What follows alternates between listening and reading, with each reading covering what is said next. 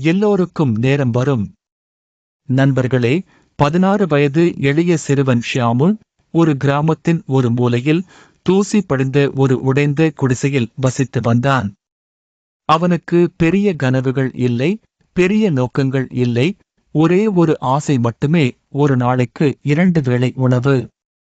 சிறுவயதிலிருந்தே அவன் தன் தந்தையுடன் கிராமத்தில் உள்ள செங்கல் சூளையில் வேலை செய்து வந்தான்.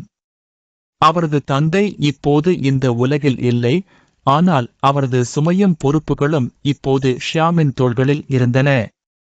அவன் அதிகாலை 4 மணிக்கு எழுந்து 3 குவளையில் முகத்தை கழுவி உலர்ந்த பரோட்டாவை வாயில் போட்டுக்கொண்டு பின்னர் வெறுங்காலுடன் சூளையை நோக்கி புறப்படுவான். அவனுக்கு சூளை ஒரு வேலை அல்ல, அது வாழ்க்கையின் நூல். செங்கல் தயாரிப்பது எளிதான வேலை அல்ல. மண்ணை கொண்டு வருவது, பிசைவது, ஒரு அச்சுக்குள் போடுவது, பின்னர் அதை வெயிலில் உலர்த்துவது, பின்னர் சூளையில் சுடுவது கடின உழைப்பு. ஆனால் ஷியாமு புகார் செய்வது பழக்கமில்லை. அவன் அதை அமைதியாகச் செய்து கொண்டே இருந்தான். சூளையில் பல தொழிலாளர்கள் இருந்தனர். பலர் அவரைவிட வயதானவர்கள், ஆனால் யாரும் அவரைப் போல நேர்மையானவர்கள் இல்லை. ஷியாமு அவர் விரும்பியபடி இருந்தார். மீதமுள்ள தொழிலாளர்கள் வேலைக்கு இடையில் இடைவேளை எடுப்பார்கள், பீடி புகைப்பார்கள் அல்லது விடுப்பில் செல்வார்கள். ஷியாமு இன்னும் மண்ணை சுமந்து கொண்டிருப்பார். அன்று காலையிலிருந்து வானம் கலங்கியது. மேகங்கள் கூடி காற்று ஈரப்பதமாக இருந்தது. சூளையில் இருந்த அனைத்து தொழிலாளர்களும் மழை பெய்யும் என்று யூகித்திருந்தனர். மதியம் அனைவரும் மெதுவாக நகரத் தொடங்கினர்.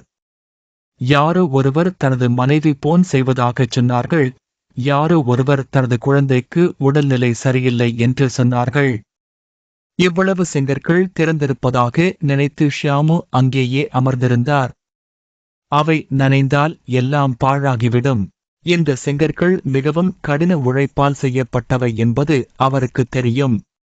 தண்ணீர் அவற்றின் மீது விழுந்தால் அனைத்தும் தூசியாக மாறும். மாலைக்குள் மழை பெய்யத் தொடங்கியது. அஞ்சப்பட்டது நடந்தது. பலத்த மழை பெய்தது. புயல் வந்தது. மின்னல் தாக்கத் தொடங்கியது. முழு சூளையும் வெறிச்சோடியது. ஆனால் ஷியாமு அங்கே தனியாக இருந்தார். யோசிக்காமல் அவர் தனது ஈரமான ஆடைகளுடன் ஓடத் தொடங்கினார். செங்கற்களை ஒவ்வொன்றாக எடுத்து அருகிலுள்ள குடிசையின் கீழ் வைக்கத் தொடங்கினார். கனமழையில் அவன் கைகளை பிடித்துக் கொண்டிருந்தான். அவனுடைய வழுக்கும் உடைகள் சேற்றால் மூடப்பட்டிருந்தன. ஆனால் அவன் நிற்கவில்லை.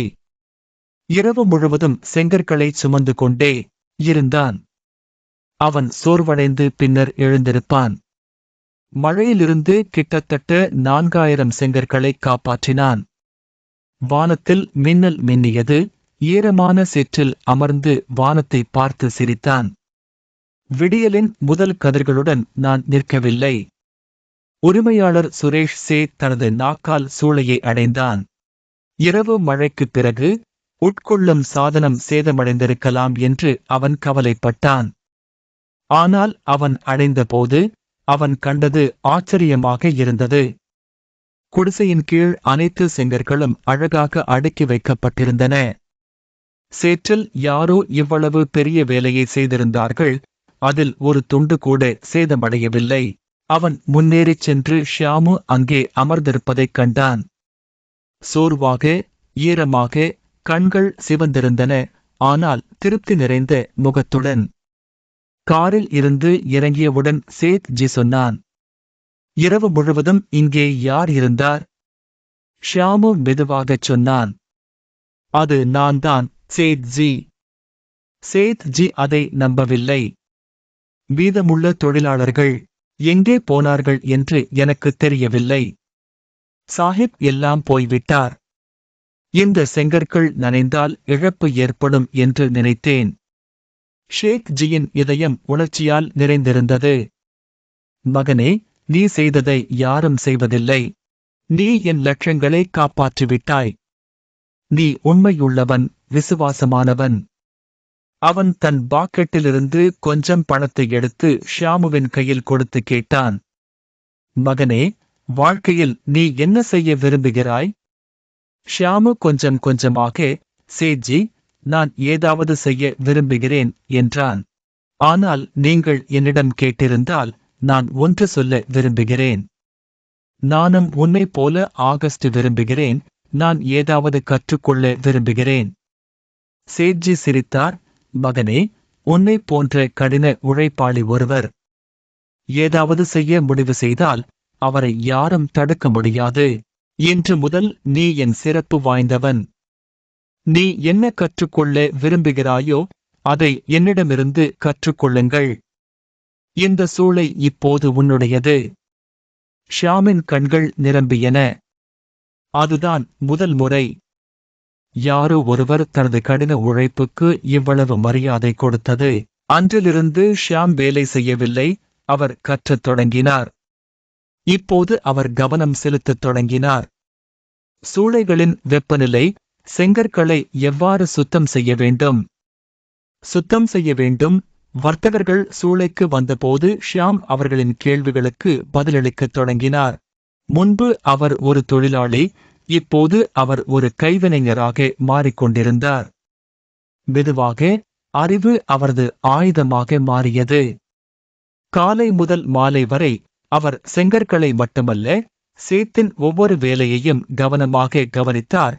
வர்த்தகர்களிடம் பேசுவது, பொருட்களை அனுப்புவது, வாகனங்களை முன்பதிவு செய்வது, விகிதங்களை நிர்ணயிப்பது, மண்ணை ஆர்டர் செய்வது, மற்ற அனைத்தையும் ஷியாமு என்ற தொழிலாளி தனது வேலை நேரத்தை எண்ணுவார்.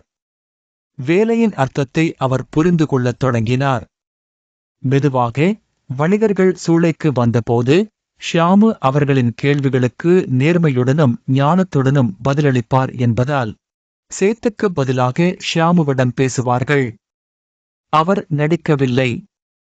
செங்கற்கள் மிகவும் வலிமையானவை, பொருட்கள் நாளைக்குள் தயாராக இருக்கும் என்றும் அவர் சொன்னதை நிறைவேற்றும் என்றும் அவர் நேர்மையாகச் சொல்வார். சில மாதங்களுக்குள் ஷியாமுவின் பெயர் வியாபாரிகளின் உதடுகளில் வரத் தொடங்கியது. சேத்துக்கு பதிலாக ஷியாமுவிடம் பேசுவார்கள். அவர் நடிக்கவில்லை.